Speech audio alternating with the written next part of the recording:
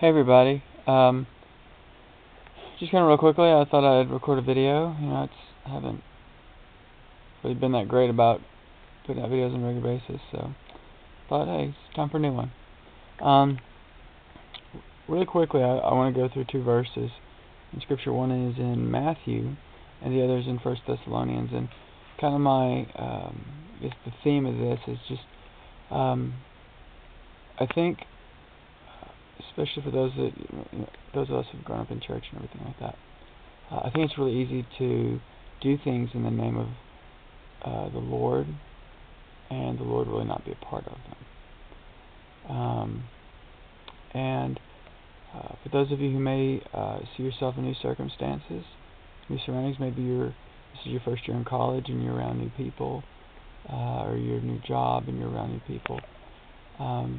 My I guess warning to you would be, the way they live and things like that. Just because they say it's unto the Lord, that doesn't mean anything. And so from Matthew, I'm going to read. It's actually Matthew 7, and I'm going to start in verse 15. So if you have a Bible, I want to go ahead and get that, and you can follow along, or you can just listen, whichever. So this is what it says. Watch out for false prophets.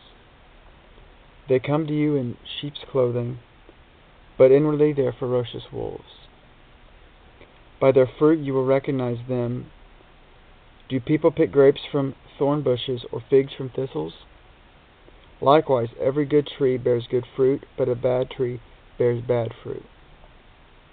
A good tree cannot bear bad fruit, and a bad tree cannot bear good fruit.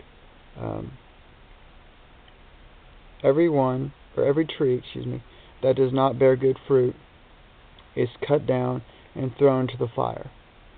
Thus, by their fruit you will recognize them. Okay, here's kind of the section I wanted to get at. Not everyone who says to me, Lord, Lord, will enter the kingdom of heaven, but only he who does the will of my Father who is in heaven. Many will say to me on that day, Lord, Lord, did we not prophesy in your name, and in your name drive out demons and perform miracles? Then I will tell them plainly, I never knew you. Away from me, you evildoers. So that's a pretty straightforward message. That message from Christ. Those are actually what you call red letters in Scripture. So those are directly the words of Christ saying that. And so he's very serious about being able to distinguish and discern who's really living for Christ and who's just saying they are. So one thing I'd leave you with, I'll comment before we end the video, is also in 1 Thessalonians. It's in chapter 5, and it says, I gotta find my place.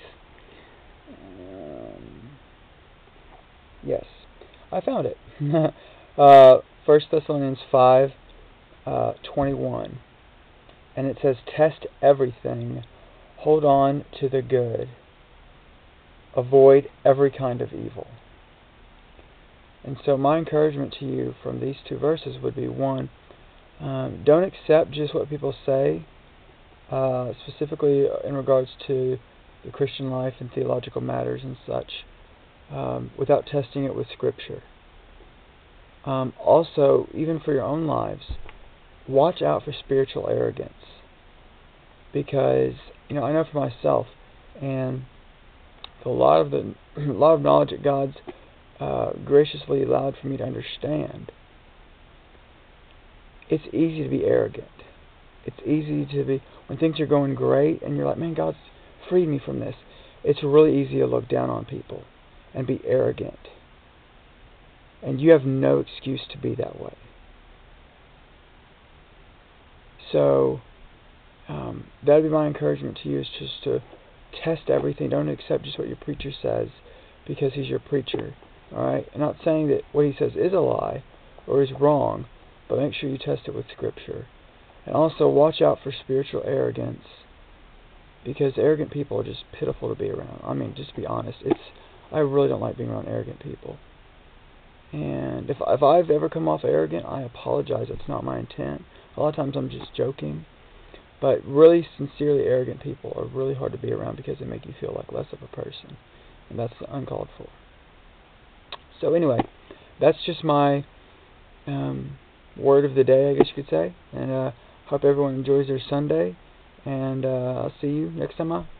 See you around next time I post a video, alright? Love you all, and have a great week. Bye.